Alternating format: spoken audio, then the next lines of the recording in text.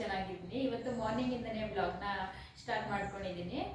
ಇವತ್ತು ಬೆಳಿಗ್ಗೆ ಟೊಮೊಟೊ ಚಿತ್ರಾನ್ನ ಮಾಡ್ಕೊಂಡಿದ್ದೆ, ಮತ್ತು ಮಿಕ್ಸ್ ತರಕಾರಿ ಹಾಕಿಬಿಟ್ಟು ಸಾಂಬಾರು ಕೂಡ ಮಾಡಿದ್ದೆ. ಹಾಗೆ ಕಾಬೂಲ್ ಕಡಲೆಕಾಳು ಮತ್ತು ಬೀಟ್ರೇಟ್ ಹಾಕ್ಬಿಟ್ಟು ಸ್ವಲ್ಪ ಪಲ್ಯನೂ ಕೂಡ ಮಾಡಿದ್ದೆ. ಚೆನ್ನಾಗಿರುತ್ತೆ ಅಲ್ವಾ, ಹೆಲ್ತ್ಗೂ ಕೂಡ ಒಳ್ಳೆಯದು. ಬೀಟ್ರೇಟ್ ಮತ್ತು ಕಾಬೂಲ್ ಕಡಲೆ ಎರಡೂ ಕೂಡ ಒಳ್ಳೆಯದು, ಪ್ರೋಟೀನ್ ಇದೆ. ಸೊ ಹಾಗಾಗಿ ಅದನ್ನು ಕೂಡ ಮಾಡ್ಕೊಂಡ್ಬಿಟ್ಟಿದ್ದೆ. ಆ್ಯಂಡ್ ಇವತ್ತಿನ ದಿನ ಹೇಗೆ ಕಳಿತೀನಿ ಅಂತೇಳಿ ನಾನು ನಿಮ್ಮ ಹತ್ರ ಶೇರ್ ಮಾಡ್ಕೊಳ್ಳೋಣ ಅಂತೇಳಿ ಬೆಳಿಗ್ಗೆಯಿಂದನೇ ಬ್ಲಾಗ್ನ ಸ್ಟಾರ್ಟ್ ಮಾಡ್ಕೊಂಡಿದ್ದೀನಿ. ಸೊ ನೋಡೋಣ ಯಾವ ಥರ ಇವತ್ತಿನ ಡೇ ಹೋಗುತ್ತೆ ಅಂತೇಳಿ. ಇನ್ನು ನಾನು ಕೂಡ ತಿಂಡಿ ಇನ್ನೂ ಮಾಡಿಲ್ಲ. ಸೊ ಇವಾಗ ಮಾಡ್ಕೊಂಬಿಡೋಣ ಅಂತ ಹೇಳ್ಬಿಟ್ಟು ನಾನು ಇದು ಮಾಡ್ತಾಯಿದ್ದೀನಿ. ಸ್ವಲ್ಪ ಕಾಳುಗಳೆಲ್ಲ ನೆನೆಸ್ಬೇಕು, ಮೊಳಕೆ ಕಟ್ಟಬೇಕು ಕಾಳನ್ನ. ಸೊ ಹಾಗಾಗಿ ಅದನ್ನು ಕೂಡ ಮಾಡೋಣ. ಫಸ್ಟು ತಿಂಡಿ ಮಾಡ್ಕೊಂಡ್ಬಿಟ್ಟು ಆಮೇಲೆ ಆ ಕೆಲಸನೆಲ್ಲ ಮಾಡೋಣ ಅಂತೇಳಿ ಅಂದ್ಕೊಂಡಿದ್ದೀನಿ. ಸೊ ನೋಡೋಣ ಇವತ್ತಿನ ಡೇ ಹೇಗಿರುತ್ತೆ ಅಂತ. ಇನ್ನು ತಿಂಡಿ ಎಲ್ಲ ಆಯಿತು. ಆದಮೇಲೆ ಕಾಳುಗಳೆಲ್ಲ ನೆನೆಸ್ಬಿಡೋಣ ಅಂತ ಹೇಳ್ಬಿಟ್ಟು ಮೊಳಕೆ ಕಟ್ಟೋದಕ್ಕೆ ಎಲ್ಲನೂ ರೆಡಿ ಮಾಡ್ಕೊತಾ ಇದ್ದೆ. ನಾನು ಸಾಮಾನ್ಯವಾಗಿ ಸಂಜೆ ಟೈಮು ಕಾಳು ನೆನೆಸಿದ್ರೆ ಬೆಳಿಗ್ಗೆ ಎದ್ದು ಅದನ್ನೆಲ್ಲ ಶೋಧಿಸಿ ಮೊಳಕೆ ಕಟ್ಟೋಕ್ಕೆ ರೆಡಿ ಮಾಡ್ಕೊತೀನಿ. ಬಟ್ ಇವತ್ತು ಬೆಳಿಗ್ಗೆನೇ ಅದನ್ನು ನೆನೆ ಹಾಕ್ತಾಯಿದ್ದೆ. ಯಾಕಂತಂದರೆ ಸಾಂಬಾರು ನಾನು ನಾಳಿದ್ದು ಮಾಡೋದ್ರಿಂದ ನಿಧಾನಕ್ಕೆ ಮೊಳಕೆ ಬರಲಿ ಅಂತೇಳ್ಬಿಟ್ಟು ನಾನು ಈ ಥರ ಬೆಳಿಗ್ಗೆನೇ ಮಾಡ್ಕೊತಾ ಇದ್ದೀನಿ. ಏನಿಲ್ಲ, ನಾಳೆ ಸಂಜೆ ಅಷ್ಟರಲ್ಲೆಲ್ಲ ಮೊಳಕೆ ಬಂದುಬಿಡುತ್ತೆ. ಹಾಗಾಗಿ ಈ ಥರ. ಇನ್ನು ಹೆಸ್ರು ಕಾಳನ್ನ ನಾನು ಸಪ್ರೇಟಾಗಿ ಒಂದು ನೆನೆಸಿದ್ದೆ. ಅದು ನನಗೆ ಹೆಸ್ರು ಕಾಳು ಸಪ್ರೇಟು ಮೊಳಕೆ ಕಾಳು ಬೇಕಿತ್ತು. ಹಾಗಾಗಿ ನಾನು ಅದನ್ನು ಸಪ್ರೇಟ್ ನೆನೆಸ್ಕೊಂಡೆ. ಇನ್ನು ಇದಕ್ಕೆ ಮಿಕ್ಸು ಸಾಂಬಾರಿಗೆ ಅಂತೇಳಿ ಮಾಡ್ಕೊತಾ ಇದ್ದೀನಿ. ಎಲ್ಲನೂ ನಾನು ಸ್ವಲ್ಪನೇ ಹಾಕ್ಕೊಂಡೆ, ಯಾಕಂದರೆ ಇಬ್ಬರೇ ಎಲ್ಲ ಕ್ವಾಂಟಿಟಿ, ಹಾಗಾಗಿ ಹಾಕ್ಕೊಂಡೆ. ಇಲ್ಲಿ ಏನಿಲ್ಲ, ಹೆಸ್ರು ಕಾಳು ಮತ್ತು ಕಪ್ಪು ಉದ್ದಿನಕಾಳು, ಅವರೆಕಾಳು, ಬಟಾಣಿ, ಕಡಲೆಕಾಳು, ಹುಳಿಕಾಳು ಎಲ್ಲನೂ ಮಿಕ್ಸ್ ಮಾಡಿ ಹಾಕ್ಕೊತಾ ಇದ್ದೀನಿ. ತುಂಬಾ ಹೆಲ್ತಿಗೆ ಒಳ್ಳೆಯದು. ನಾನು ಇದನ್ನು ವಾರಕ್ಕೆ ಒಂದು ಸಲನಾದ್ರೂ ಮೊಳಕೆ ಕಾಳಿನ ಸಾಂಬಾರನ್ನ ಮಾಡ್ಕೊತೀನಿ. ಸ್ವಲ್ಪ ಜಾಸ್ತಿ ಕ್ವಾಂಟಿಟಿಲೇ ಕಾಳನ್ನೆಲ್ಲ ನೆನೆಸ್ಕೊಂಡ್ಬಿಡ್ತೀನಿ. ನಾನು ಮೊಳಕೆ ಬರೆಸ್ಕೊಂಡು ಇಟ್ಕೊತೀನಿ. ಕೆಲವೊಂದು ಸಲ ಉಪ್ಸಾರು ಮಾಡ್ಕೊತೀನಿ, ಕೆಲವೊಂದು ಸಲ ಪಲ್ಯಗಳು ಮಾಡ್ಕೊಂಡ್ಬಿಡ್ತೀನಿ. ಸೊಪ್ಪೇನಾದರೂ ಇತ್ತು ಅಂದರೆ ಹಾಕಿಬಿಟ್ಟು ಆ ಥರ ಮಾಡ್ಕೊತೀನಿ. ಬಟ್ ಇವತ್ತೇನಂತ ಅಂದರೆ ಸಾಂಬಾರಿಗೆ ಅಂತಲೇ ಸ್ವಲ್ಪನೇ ಹಾಕ್ಕೊಂಡಿದ್ದೀನಿ ಕ್ವಾಂಟಿಟಿಲಿ. ನೀಟಾಗೆಲ್ಲನೂ ವಾಶ್ ಮಾಡಿಕೊಂಡು ಚೆನ್ನಾಗಿರೋ ನೀರಲ್ಲಿ ನೆನೆಸಿ ಎತ್ತಿಡ್ತಾಯಿದ್ದೀನಿ. ಇನ್ನು ನಾನು ಕೂಡ ನೈಟು ಡ್ರೈ ಫ್ರೂಟ್ಸ್ ಎಲ್ಲ ನೆನೆಸಿಟ್ಟಿದ್ದೆ, ಅದನ್ನು ಕೂಡ ತಿನ್ಕೊಂಬಿಡೋಣ ಅಂಥೇಳಿ ತಿನ್ಕೊತಾ ಇದ್ದೆ. ನಾನು ಯಾವ ಥರ ಎಷ್ಟು ನೆನೆಸಿದ್ದೀನಿ ಅಂತ ಇಲ್ಲಿ ಒಂದು ಸಲ ತೋರಿಸ್ತೀನಿ ನೋಡಿ. ನಾನು ನೈಟು ಚಿಯಾ ಸೀಡ್ಸ್ ನೀರನ್ನ ನೆನೆಸಿಟ್ಟಿದ್ದೆ. ಹಾಗಾಗಿ ಅದನ್ನು ಮಾರ್ನಿಂಗ್ ಕುಡಿದಿದ್ದೆ. ಹಾಗಾಗಿ ದ್ರಾಕ್ಷಿ ಮತ್ತು ಡ್ರೈ ಫ್ರೂಟ್ಸ್ನೆಲ್ಲ ಒಟ್ಟಿಗೆ ನೆನೆಸ್ಬಿಟ್ಟಿದ್ದೆ. ಇಲ್ಲಾಂದರೆ ಸಪ್ರೇಟಾಗಿ ಇದನ್ನು ದ್ರಾಕ್ಷಿ ನೀರನ್ನೇ ಸಪ್ರೇಟು ನೆನೆಸ್ತಾ ಇದ್ದೆ. ಇಲ್ಲಿ ನಾನು ಬ್ರೆಜಿಲ್ ನಟ್ಸನ್ನು ಕೂಡ ಒಂದು ನೆನೆಸಿ ತಿಂತೀನಿ ನಾನು. ಅದನ್ನು ನಾನು ಡೈಲಿ ಒಂದು ಮಾತ್ರ ತಿಂತೀನಿ. ಅದು ಸ್ವಲ್ಪ ಈಟ್ ಆಗಿರೋದ್ರಿಂದ 2-3 ಜಾಸ್ತಿ ಕನ್ಸ್ಯೂಮ್ ಮಾಡಬಾರ್ದು. ಹಾಗಾಗಿ ಒಂದು ಮಾತ್ರ ತಿಂತೀನಿ. ಅದು ಕೂಡ ಒಳ್ಳೆಯದು. ಬ್ರೆಜಿಲ್ ನಟ್ಸು ಥೈರಾಯ್ಡ್ಗೆ ಅದಕ್ಕೆಲ್ಲ ತುಂಬಾ ಹೆಲ್ಪ್ ಮಾಡುತ್ತೆ. ಹಾಗಾಗಿ ನಾನು ಹೆಲ್ತಿಗೆ ಒಳ್ಳೆಯದಲ್ವ, ಹಾಗಾಗಿ ನಾನು ಕೂಡ ಅದನ್ನು ನಾನು ಯಾವುದೇ ಡ್ರೈ ಫ್ರೂಟ್ಸ್ ಆದ್ರೂ ನೆನೆಸೇ ತಿನ್ನೋದು. ಹಾಗಾಗಿ ತಿಂತೀನಿ. ಇನ್ನು ಬಟ್ಟೆ ಎಲ್ಲ ಇತ್ತಲ್ವ, ಅದನ್ನು ಕೂಡ ವಾಶ್ ಮಾಡಿ ಒಣಗಾಕ್ತಾ ಇದ್ದೆ. ಇನ್ನು ಈ ಬ್ರೆಶೀಟು ನಿನ್ನೆ ಪ್ರದಿಯವರು ಹೊಸ್ದಾಗಿ ತೊಗೊಂಬಂದಿದ್ರು, ಚೆನ್ನಾಗಿದೆ, ಸ್ವಲ್ಪ ಕಮ್ಮಿ ಇತ್ತು, ಹಾಗಾಗಿ ತೊಗೊಬಂದೆ ಅಂತೇಳಿ ತೊಗೊಬಂದಿದ್ರು. ಅದನ್ನು ಒಗೆದು ಅದನ್ನು ಜಾಲಿಸಿ ಹಾಕೋಷ್ಟರಲ್ಲಿ ಸಾಕಾಗೋಯ್ತು, ಅಷ್ಟು ವೆಯ್ಟ್ ಇತ್ತು ಅದು. ಇನ್ನು ಬಿಸಿಲು ಕಾಯೋಣ ಅಂತೇಳ್ಬಿಟ್ಟು ಹೊರಗಡೆ ಬಂದೆ. ನಂದು ಡೈಲಿ ರೋಟೀನ್ ಇದೇ ಥರ. ನಾನು ಬೆಳಿಗ್ಗೆ ಟೈಮ್ ಅಂತೂ ಸ್ವಲ್ಪ ಬಿಸಿಲು ನನಗೆ ಬೇಕೇ ಬೇಕು, ಇಲ್ಲ ಅಂತಂದರೆ ಸಮಾಧಾನನೇ ಆಗಲ್ಲ ನನಗೆ. ಹಾಗಾಗಿ ಅಲ್ಲೇ ಡ್ರೈ ಫ್ರೂಟ್ಸ್ ಎಲ್ಲ ತಿನ್ಕೊಂಡು ಸ್ವಲ್ಪ ಬಿಸಿಲು ಕಾಯ್ಕೊಂಡು ಕೂತ್ಕೊಳ್ಳೋಣ ಅಂತೇಳ್ಬಿಟ್ಟು ಅಲ್ಲೇ ಕಾಯ್ತಾಯಿದ್ದೆ. ಎಷ್ಟು ಬಾಡಿಗೆ ಹಿತ ಅನಿಸುತ್ತೆ ಗೊತ್ತಾ ಬಿಸಿಲು ಇದ್ದಾಗ. ಕೆಲವೊಂದು ಸಲ ಫುಲ್ಲು ಕೋಲ್ಡ್ ವೆದರೇ ಚೇಂಜ್ ಇರುತ್ತೆ ನೋಡಿ, ಒಂಥರ ಮಳೆ ಬರೋ ಥರ ಅಥವಾ ಮೋಡ ಮುಚ್ಚಿರೋ ಥರ. ಆ ಥರ ವೆದರ್ ಇದ್ದಾಗ ಒಂದು ಸ್ವಲ್ಪನೂ ಮನೆ ಒಳಗಡೆ ಇರೋಕ್ಕೆ ಆಗಲ್ಲ, ಏನೋ ಒಂಥರ. ಬಟ್ ಆ ವೆದರು ನನಗೆ ತುಂಬಾ ಇಷ್ಟ. ಬಟ್ ನಮ್ಮ ಬಾಡಿ ಸ್ವಲ್ಪ ಆ್ಯಕ್ಟಿವ್ ಆಗಿರಬೇಕು ಅಂತ ಅಂದಾಗ ಸ್ವಲ್ಪ ಬಿಸಿಲು ಬೇಕೇ ಬೇಕು ಅಲ್ವಾ, ಹಾಗಾಗಿ ಹೇಳಿದೆ ಅಷ್ಟೇ. ಇನ್ನು ಹೂವು ಬಂದಿತ್ತು ನಿನ್ನೆ ನೈಟ್ ಕೂಡ ಬಂದಿದ್ದರು. ಬಟ್ ಅವ್ರೇನಂತಂದರೆ ಇಲ್ಲಿ ನಿಲ್ಲಿಸಿರಲಿಲ್ಲ, ಮುಂದೆ ಪಾಸ್ ಆಗಿಬಿಟ್ರು ನಾನು ಬರೋಷ್ಟರಲ್ಲಿ. ಹಾಗಾಗಿ ಇವಾಗ ಕರಿತಾ ಇದ್ರಲ್ಲ ಅಂತೇಳ್ಬಿಟ್ಟು ಸರಿ ತಗೊಳ್ಳೋಣ, ನಾಳೆಗೆಲ್ಲ ಪೂಜೆಗೆ ಬೇಕಲ್ಲ ಅಂತೇಳಿ ಹೋದೆ. ಅವರು ನಿನ್ನೆ ನೈಟು ಬಂದಿದ್ನಮ್ಮ, ನೀವು ನಿನ್ನೆ ನೈಟ್ ತೊಗೋಬೇಕಲ್ವಾ ಅಂತ ಹೇಳ್ತಾಯಿದ್ರು. ನೀವು ಇರಲಿಲ್ಲ ಅಂಕಲ್, ನಾನು ಬಂದು ನೋಡಿದೆ ಅಂತ ಅಂದರು. ನಾನು ಹೊಟ್ಟೋಗಿದೆ ಅನಿಸುತ್ತೆ. ನಾನು ಹಂಗೂ ಇಲ್ಲೊಬ್ಬರು ತೊಗೊತಾ ಇದ್ರು ಅಂತೇಳ್ಬಿಟ್ಟು ಅಂದ್ಕೊಂಡೆ. ಅಲ್ಲಿ ಕಾರ್ನರ್ಗೆ ಹೋಗ್ಬಿಟ್ಟು ಹಂಗೆ ಅಂದ್ಕೊಂಡೆ ಅಂತ ಹೇಳ್ತಾಯಿದ್ರು. ಪರವಾಗಿಲ್ಲ, ಇನ್ನೊಂದು ಸಲ ಬಂದಾಗ ನಿಲ್ಲಿಸ್ತೀನಿ ಬಿಡಿ ಅಂತ ಹೇಳ್ತಿದ್ರು. ಸರಿ ಅಂದ್ಕೊಂಡು ತೊಗೊಂಬಂದೆ. ಇನ್ನು ಇವರು ಸ್ವಲ್ಪ ಜಾಸ್ತಿ ಕ್ವಾಂಟಿಟಿಲೇ ಕೊಟ್ಟರು, ತೊಗೊಳ್ಳಿ ಹೋಗಲಿ, ಫುಲ್ಲು ಅರಳಿಬಿಟ್ಟಿದೆ ಅಂತೇಳ್ಬಿಟ್ಟು. ಸರಿ ಆಯಿತು ಬಿಡಿ. ಇನ್ನು ನಾನು ಪೂಜೆ ಎಲ್ಲ ಡೈಲಿ ಮಾಡ್ತಿರ್ತೀನಲ್ವ, ಹಾಗಾಗಿ ಬೇಕಾಗುತ್ತೆ. ಅರಳಿರೋದೆಲ್ಲ ಫಸ್ಟು ಕಟ್ಕೊಂಡು ಆಮೇಲೆ ಬೇಕಾದರೆ ಮೊಗ್ಗೆಲ್ಲ ಸಪ್ರೇಟ್ ಮಾಡಿ ಕಟ್ಕೊಂಡ್ರೆ ಸ್ವಲ್ಪ ದಿನ ಇಟ್ಕೊಬೋದು ಅಂತೇಳ್ಬಿಟ್ಟು ತೊಗೊಂಬಂದೆ. ಇನ್ನು ಅದಾದಮೇಲೆ ನಾನು ಟಿಫನ್ ಮಾಡಿದ ತಕ್ಷಣವೇ ನೀರು ಕುಡಿಯಲ್ಲ, ಒಂದು ಹಾಫ್ ಆನ್ ಅವರು ಬಿಟ್ಟು ಕುಡಿತೀನಲ್ವ. ಹಾಗಾಗಿ ಇವಾಗ ನಾನು ಸೀಡ್ ಸೈಕ್ಲಿಂಗ್ ಮಾಡ್ಕೊತೀನಿ. ಹಾಗಾಗಿ ನಾನಿವಾಗ ಸನ್ಫ್ಲವರ್ ಸೀಡ್ಸು ಮತ್ತು ಎಳ್ಳು ಅದನ್ನೆಲ್ಲ ತಿಂತೀನಲ್ವ, ಆ ಟೈಮಲ್ಲೇ ನಾನು ನೀರು ಕುಡ್ಕೊಂಬಿಡ್ತೀನಿ. ಹಾಗಾಗಿ ಅದನ್ನು ಕೂಡ ತಿನ್ಕೊಂಬಿಡೋಣ ಅಂತೇಳ್ಬಿಟ್ಟು ಹಾಕ್ಕೊಳ್ತಾ ಇದ್ದೆ ಪ್ಲೇಟಿಗೆ. ಇನ್ನು ನಾನು ಬಿಸಿನೀರೇ ಕುಡಿಯೋದು ಯಾವಾಗಲೂ, ತಣ್ಣೀರಂತೂ ಕುಡಿಯೋಕ್ಕೆ ಹೋಗಲ್ಲ. ಬಿಸಿ ಅಂದರೆ ಜಾಸ್ತಿ ಬಿಸಿದಲ್ಲ, ಮೀಡಿಯಮಾಗಿರುತ್ತಲ್ಲ ಆ ಥರ. ನಾನು ಈ ಥರ ಫ್ಲಾಸ್ಕ್ಗೆ ಹಾಕ್ಕೊಂಡು ತುಂಬಿಟ್ಕೊಂಡ್ಬಿಡ್ತೀನಿ. ಹಾಗಾಗಿ ಅದನ್ನೇ ಹಾಕ್ಕೊಂಡು ಕುಡಿತಾ ಇದ್ದೆ. ಇನ್ನು ಇದನ್ನೆಲ್ಲ ತಿಂದಾದಮೇಲೆ ನಾನು ನೆಕ್ಸ್ಟು ಕೆಲಸಗಳನ್ನೆಲ್ಲ ಮಾಡ್ಕೊಳ್ಳೋಣ ಅಂಥೇಳಿ ಅದನ್ನು ತಿನ್ಕೊಂಡ್ಬಿಡ್ತಾ ಇದ್ದೆ ಟಿ ವಿ ನೋಡ್ಕೊಂಡು ಹಾಗೇನೆ. ನಾನಿಲ್ಲಿ ಸನ್ಫ್ಲವರ್ ಸೀಡ್ಸು ಮತ್ತು ಬಿಳಿ ಎಳ್ಳು ಎರಡನ್ನೂ ಒಟ್ಟಿಗೆ ತಿನ್ನಲ್ಲ. ಈಗ ಸನ್ಫ್ಲವರ್ ಸೀಡ್ಸ್ನ ತಿಂತಾಯಿದ್ದೀನಲ್ವ, ಅದನ್ನೆಲ್ಲ ತಿಂದು ಮುಗಿಸಿ ಒಂದು 5 ನಿಮಿಷನಾದ್ರೂ ನಾನು ಬಿಡ್ತೀನಿ. ಒಂದು 5 ನಿಮಿಷ ಆದಮೇಲೆ ಆಮೇಲೆ ನಾನು ಎಳ್ಳು ತಿನ್ನೋದು. ಸ್ವಲ್ಪ ಗ್ಯಾಪ್ ಆದರೂ ಕೊಡಬೇಕು, 5-10 ನಿಮಿಷನಾದ್ರೂ ಗ್ಯಾಪ್ ಕೊಡಬೇಕು. ಎರಡೂ ಮಿಕ್ಸ್ ಮಾಡಿಕೊಂಡು ತಿಂದರೆ ಏನೂ ಯೂಸ್ ಆಗೋಲ್ಲ. ಅದನ್ನೇ ಸೀಡ್ ಸೈಕ್ಲಿಂಗ್ ಅಂತ ಹೇಳೋದು. ಸೊ ಹಾಗಾಗಿ ನಾನು ಒಂದು 5 ನಿಮಿಷನಾದ್ರೂ ಗ್ಯಾಪ್ ಕೊಡ್ತೀನಿ. ಇದನ್ನೆಲ್ಲ ತಿಂದಾಗಿ ಒಂದು 10 ನಿಮಿಷ ಆದಮೇಲೆ ನಾನು ನೀರು ಕುಡಿಯೋದು. ಅಲ್ಲಿವರೆಗೂ ನೀರು ಕುಡಿಯೋಲ್ಲ. ಹಂಗೂ ಏನಾದರೂ ಮಿಡಲಲ್ಲಿ ನನಗೆ ನೀರು ಕುಡಿಲೇಬೇಕು ಅಂತ ಅನ್ನಿಸ್ದಾಗ ಮಾತ್ರ ಒಂದು ಗುಟುಕ್ ಮಾತ್ರ ಕುಡ್ಕೊತೀನಿ ಅಷ್ಟೇ. ಇಲ್ಲ ಅಂತಂದರೆ ನಾನು ಕುಡಿಯೋಕ್ಕೆ ಹೋಗಲ್ಲ. ಊಟ ಮಾಡೋ ಟೈಮಲ್ಲೂ ಅಷ್ಟೇ, ನಾನು ಕುಡಿಯೋಕ್ಕೆ ಹೋಗಲ್ಲ. ಎಂಡಿಂಗಲ್ಲಿ ಆಗಿ ಒಂದು ಅರ್ಧ ಗಂಟೆ ಆದಮೇಲೆ ನಾನು ಕುಡಿಯೋದು. ಇನ್ನು ಅದೆಲ್ಲ ಆದಮೇಲೆ ಹೂ ಬೇರೆ ತೊಗೊಂಡಿದ್ದೆ ಅಲ್ವ, ಇನ್ನು ಹೂ ಕಟ್ಬಿಟ್ಟು ಎತ್ತಿಡೋಣ, ಇನ್ನು ನಾಳೆ ಪೂಜೆಗೆಲ್ಲ ಬೇಕು, ಕಳಸಕ್ಕೆ ಅದಕ್ಕೆಲ್ಲ ಬೇಕಾಗತ್ತೆ ಅಂದ್ಬಿಟ್ಟು ಕಟ್ತಾಯಿದ್ದೆ. ಇನ್ನು ನಾನು ಮುಡ್ಕೊತೀನಲ್ವ, ಮತ್ತು ಕಳಸಕ್ಕೆಲ್ಲ ಬೇಕಲ್ವ. ಹಾಗಾಗಿ ಸ್ವಲ್ಪ ಅವರು ಜಾಸ್ತಿನೇ ಕೊಟ್ರಲ್ಲ, ತೊಗೊಂಬಿಡೋಣ ಅಂಥೇಳಿ ತೊಗೊಂಡೆ. ಇಷ್ಟೂ ಕಟ್ಟೋಕ್ಕಾಗಲಿಲ್ಲ ಒಂದೇ ಸಲ. ನಾಳೆಗೆ ಎಷ್ಟು ಬೇಕು ನೋಡಿ ಕಳಸಕ್ಕೆ ಮತ್ತು ನಾನು ಮುಡ್ಕೊಳ್ಳೋದಕ್ಕೆ ಅಷ್ಟು ಮಾತ್ರ ಕಟ್ಟಿ ಎತ್ತಿಟ್ಕೊಂಡೆ. ಒಂದೇ ಸಮ ಆ ಥರ ಕೂತ್ಕೊಂಡು ಕೂಡ ಒಂದೇ ಕಡೆ ಕಟ್ಟೋಕ್ಕೂ ಆಗಲ್ಲ. ಆ ಥರ ಕಟ್ಟಲೂಬಾರ್ದು. ಒಂದೇ ಕಡೆ ಒಂದು ಅರ್ಧ ಗಂಟೆ 1 ಅವರು ಕೂತಿದ್ದ ಜಾಗದಲ್ಲೇ ಕೂರಬಾರ್ದು. ಹಾಗಾಗಿ ನಾನು ನೆಕ್ಸ್ಟ್ ಡೇ ಕಟ್ಕೊಳ್ಳೋಣ ಅಂತೇಳ್ಬಿಟ್ಟು ಎಷ್ಟು ಬೇಕೋ ನೋಡಿ ಅಷ್ಟು ಮಾತ್ರ ಕಟ್ಕೊಂಡೆ. ಇನ್ನು ನಾನಿಲ್ಲಿ ಕಟ್ಟೋದನ್ನ ತೋರಿಸ್ತಾ ಇದ್ದೀನಿ ನೋಡಿ. ನನಗಂತೂ ಹೂ ಕಟ್ಟೋದಂದರೆ ತುಂಬ ಇಷ್ಟ. ಚಿಕ್ಕದ್ರಿಂದನೂ ನಾನು ಕಟ್ಕೊಳ್ತಾ ಇದ್ದೆ ನೋಡಿ. ಸ್ವಲ್ಪ ಎಲ್ಲ ಹೂವು ಅರಳಿಬಿಟ್ಟಿದೆ. ಹಾಗಾಗಿ ಅರಳಿರೋ ಹೂಗಳನ್ನೆಲ್ಲ ಒಂದು ಸಲ ಕಟ್ಬಿಡೋಣ. ಅಲ್ಲೇ ನಾನೆಲ್ಲನೂ ಇದು ಮಾಡ್ಕೊಂಬಿಡ್ತಾ ಇದ್ದೆ, ಡಿವೈಡ್ ಮಾಡ್ಕೊಂಬಿಡ್ತಿದ್ದೆ. ಸ್ವಲ್ಪ ಮೊಗ್ಗಿದ್ರೆ ಸಪ್ರೇಟ್ ಎತ್ತಿ ಇನ್ನೊಂದು ಕವರ್ಗೆ ಹಾಕ್ಕೊಳ್ತಾ ಇದ್ದೆ. ಈ ಥರ ಮಾಡಿದಾಗ ಸ್ವಲ್ಪ ದಿನ ಬಿಟ್ಟಾದರೂ ಕಟ್ಕೊಂಡ್ಬಿಡ್ಬೋದು ಅಂಥೇಳಿ ಆ ಥರ ಮಾಡ್ತಿದ್ದೆ. ಇನ್ನು ಹೂವೆಲ್ಲ ಗುಚ್ಚಾಗಿ ಕಾಣಿಸ್ಬೇಕು ಅಂತಂದರೆ ನಾವು ಕಟ್ಟೋ ಮೆಥಡು ಕೂಡ ಆ ಥರ ಇರಬೇಕು ನೀಟಾಗಿ.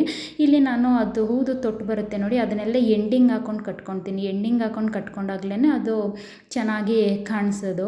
ಹಾಗಾಗಿ ನಾನು ಈ ಥರ ಕಟ್ಕೊಂಡ್ಬಿಡ್ತೀನಿ. ಅದು ನನಗೆ ಎಷ್ಟು ಖುಷಿ ಆಗುತ್ತೆ ಅಂತ ಅಂದರೆ ಈ ಥರ ಎಲ್ಲ ಹೂವು ಕಟ್ಟೋದು, ಎತ್ತಿಡೋದು, ಆ ಥರದ್ದೆಲ್ಲ ಮಾಡಿದಾಗ ತುಂಬ ಖುಷಿಯಾಗುತ್ತೆ. ಕೆಲಸ ಎಲ್ಲ ಮುಗೀತು. ಇವತ್ತೇನು ಕೆಲಸ ಇರಲಿಲ್ಲ, ಯಾಕಂದರೆ ಬೆಳಿಗ್ಗೆನೇ ಅಡುಗೆ ಎಲ್ಲ ಮಾಡಿದ್ದೆಲ್ಲ, ಟಿಫನ್ನು ಅಡುಗೆ ಎಲ್ಲ ಮಾಡಿದ್ದೆಲ್ಲ, ಹಾಗಾಗಿ ಏನೋ ಕೆಲಸ ಇರಲಿಲ್ಲ. ಈಗ ಊಟ ಮಾಡಿಕೊಂಡು ಸ್ವಲ್ಪ ಇದು ಫೇಸ್ ವಾಶ್ ಪೌಡರು ಇದು ಸ್ವಲ್ಪ ಖಾಲಿಯಾಗಿತ್ತು, ಹಾಗಾಗಿ ಸ್ಟೋರ್ ಮಾಡ್ಕೊಂಬಿಡೋಣ ಅಂತೇಳಿ ಮಾಡ್ಕೊತಾ ಇದ್ದೆ. ಮನೆಗೆ ಸ್ವಲ್ಪ ಗೆಸ್ಟ್ ಬರ್ತಾ ಇದ್ದಾರೆ, ಸೊ ಅವರು ಬಂದು ಹೋಗಲಿ. ಆಮೇಲೆ ಲಿತಿಷ್ಕನು ಕೂಡ ಬರ್ತಾ ಇದ್ದಾಳೆ, ನನ್ನ ನಾದಿನಿ ಮಗಳು.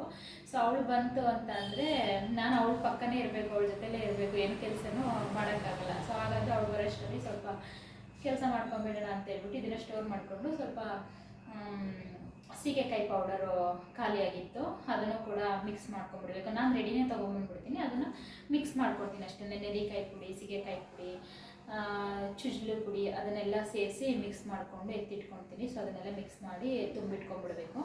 ಇನ್ನು ಇದು ಫೇಸ್ ವಾಶ್ದು ಪೌಡರ್ ಇದೆ ನೋಡಿ, ಇದನ್ನು ನಾನು ವರ್ಷಕ್ಕೊಂದ್ಸಲ ಮಾಡಿ ಇಟ್ಕೊಂಡ್ಬಿಡ್ತೀನಿ. ಇದಕ್ಕೆ ಸ್ವಲ್ಪ ಕಾಳುಗಳು ಮತ್ತು ಹೂವು, ಎಲೆ ಅದನ್ನೆಲ್ಲ ಮಿಕ್ಸ್ ಮಾಡಿ ಮಾಡ್ಕೊಂಡಿದ್ದೀನಿ. ಇದು ತುಂಬಾ ನ್ಯಾಚುರಲ್ ಇಂಗ್ರೀಡಿಯೆಂಟ್ಸು, ಫೇಸಿಗೆ ಯಾವುದೇ ರೀತಿ ಸೈಡ್ ಎಫೆಕ್ಟ್ ಆಗೋಲ್ಲ ಆ್ಯಂಡ್ ಒಳ್ಳೆ ರಿಸಲ್ಟ್ ಕೂಡ ಬರುತ್ತೆ. ಹಾಗಾಗಿ ನಾನು ಇದನ್ನು ಸುಮಾರು ಒಂದು 3 ಇಯರ್ಸಿಂದನೂ ಯೂಸ್ ಮಾಡ್ತಾ ಇದ್ದೀನಿ. ಅಮ್ಮನ ಮನೆಗೆ ಹೋಗ್ತೀನಲ್ವ, ಅಲ್ಲೇ ವರ್ಷಕ್ಕೊಂದ್ಸಲ ಈ ಥರ ಮಾಡಿಸ್ಕೊಂಡು ಮಿಲ್ ಮಾಡಿಸ್ಕೊಂಡು ಈ ಥರ ಇಟ್ಕೊಂಡ್ಬಿಡ್ತೀನಿ, ಫ್ರಿಜ್ಜಲ್ಲಿ ಸ್ಟೋರ್ ಮಾಡಿ. ಖಾಲಿ ಆದಾಗ ಇದಕ್ಕೆ ಟ್ರಾನ್ಸ್ಫರ್ ಮಾಡಿಕೊಂಡು ಯೂಸ್ ಮಾಡ್ತೀನಿ. ಆ್ಯಂಡ್ ಫೇಸ್ ಪ್ಯಾಕ್ ಮಾಡ್ತೀನಲ್ವ, ಇದ್ರದ್ದು ಕೂಡ ಒಂದು ಸ್ಪೂನ್ ಆ್ಯಡ್ ಮಾಡಿಕೊಂಡು ಕೂಡ ನಾನು ಮಾಡ್ಕೊಂಡ್ಬಿಡ್ತೀನಿ. ಹಾಗೇ ಚೆನ್ನಾಗಿದೆ ನೋಡಿ, ಇಷ್ಟು ಇದೆ.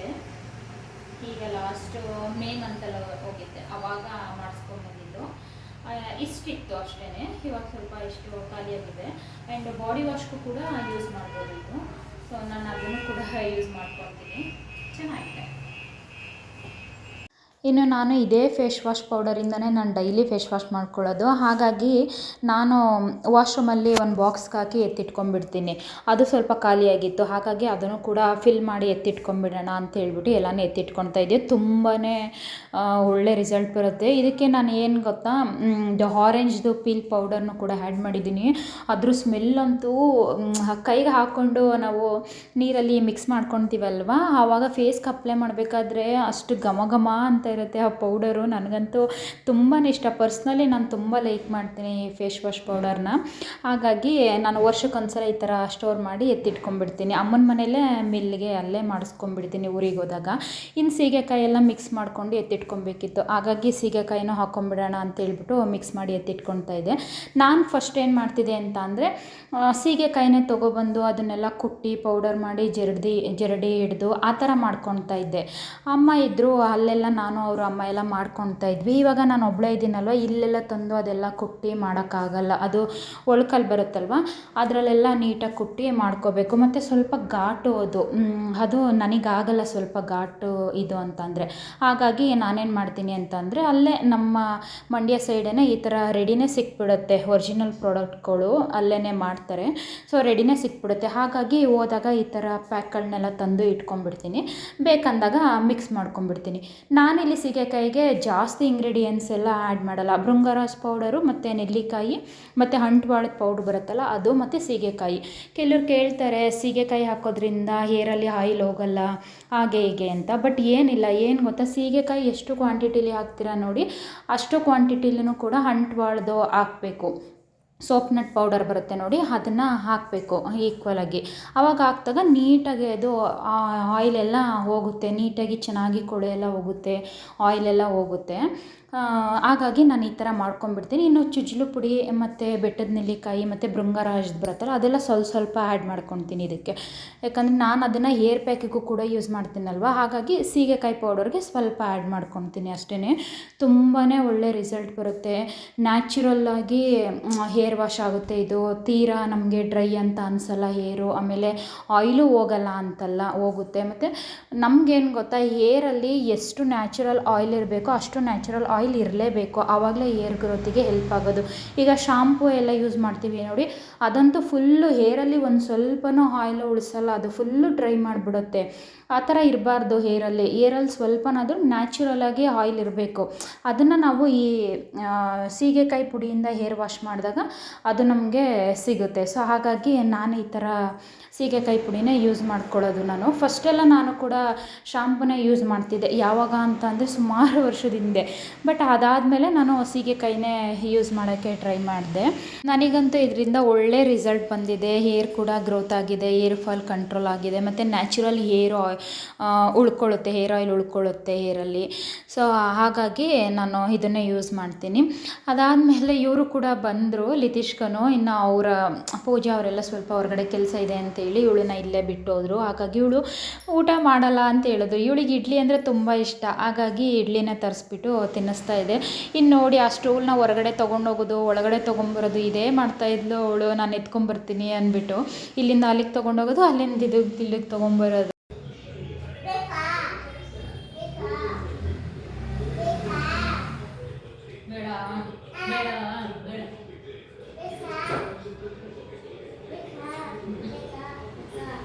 ಇನ್ನು ಅವಳಿಗೆ ದಾಳಿಂಬೆ ಹಣ್ಣು ಬಿಡಿಸ್ಕೊಟ್ಟಿದ್ನ, ಅದನ್ನು ಅವಳಿಗೆ ತಿನ್ನೋಕ್ಕೆ ಇಷ್ಟ ಇಲ್ಲ. ನನಗೆ ಬೇಡ ಅಂತ ಹೇಳೋಕ್ಕೂ ಆಗಲ್ವಲ್ಲ, ಹೊಡಿತಾರೆ ಅಂತ ಅಂದ್ಬಿಟ್ಟು. ಹಾಗಾಗಿ ಇದು ಬೇಕಾತೆ ಅಂತ ನನಗೆ ಹಿಂಸೆ ಮಾಡ್ತಾಯಿದ್ಲು. ಅದಕ್ಕೆ ನಾನು ಬೇಡ ಅಂತ ಹೇಳ್ತಾಯಿದ್ದೆ. ಕೊನೆಗೂ ತಿನ್ನಲಿಲ್ಲ ಅವಳು. ಎಲ್ಲ ಎರಚಾಡ್ಕೊಂಡು ಪರ್ಚಾಡ್ಕೊಂಡು ಅಲ್ಲೇ ಬಿಟ್ಲು. ತಿನ್ನಪ್ಪ, ಅದು ಒಳ್ಳೇದು ಅಂತ ಹೇಳಿದ್ರು ಅವಳು ತಿನ್ನಲಿಲ್ಲ. ಅವಳು ಹಣ್ಣು ಅದೆಲ್ಲ ಅಷ್ಟಾಗಿ ಲೈಕ್ ಮಾಡೋಕ್ಕೆ ಹೋಗಲ್ಲ. ಈ ನಡುವೆ ತಿಂತಾಯಿದ್ದಾಳೆ ಅಷ್ಟೇ ಸ್ವಲ್ಪ. ಮೊದಲು ಊಟನೇ ತಿಂತಿರಲಿಲ್ಲ ಅವಳು, ಈ ನಡುವೆ ಸ್ವಲ್ಪ ತಿಂತಾ ಇದ್ದಾಳೆ. ಅದಕ್ಕೆ ತುಂಬ ಸಣ್ಣ ಇದ್ದಾಳೆ, ಬಟ್ ತುಂಬ ಆ್ಯಕ್ಟಿವ್ ಇದ್ದಾಳೆ ಮಾತ್ರ ಅವಳು. ಎಷ್ಟು ಮಾತಾಡ್ತಾಳೆ ಅಂತಂದರೆ ನಮಗೆ ಸುಸ್ತಾಗ್ಬಿಡ್ಬೇಕು. ಆ ಎನರ್ಜಿನ ಅದೆಲ್ಲಿ ಇಟ್ಕೊಂಡಿರ್ತಾಳೋ ಗೊತ್ತಿಲ್ಲ, ಸಖತ್ತು ಮಾತಾಡ್ತಾಳೆ. ಬರೋದೆಲ್ಲ ಕೇಳ್ತಾ ಇರ್ತಾಳೆ. ನಮಗೂ ಹೇಳಿ ಹೇಳಿ ಸಾಕಾಗ್ಬಿಡುತ್ತೆ. ಹಾಗಾಗಿ ಇಲ್ಲಿ ಸೊಪ್ಪು ಬಂದಿದ್ರು, ಸೊಪ್ಪು ತೊಗೊಂಡು ಸ್ವಲ್ಪ ಅಲ್ಲೇ ಕೂತ್ಕೊಂಡು ಎಲ್ಲನೂ ಸೋಸ್ಕೊಳ್ಳೋಣ ಅಂತೇಳ್ಬಿಟ್ಟು ಕ್ಲೀನ್ ಮಾಡ್ಕೊಳ್ಳೋಣ ಅಂತೇಳ್ಬಿಟ್ಟು ಅಲ್ಲೇ ಕೂತ್ಕೊಂಡಿದ್ದೆ. ಅವಳು ಅಲ್ಲೇ ಕೂತ್ಕೊಂಡು ಆಟ ಆಡ್ತಾಯಿದ್ಲು.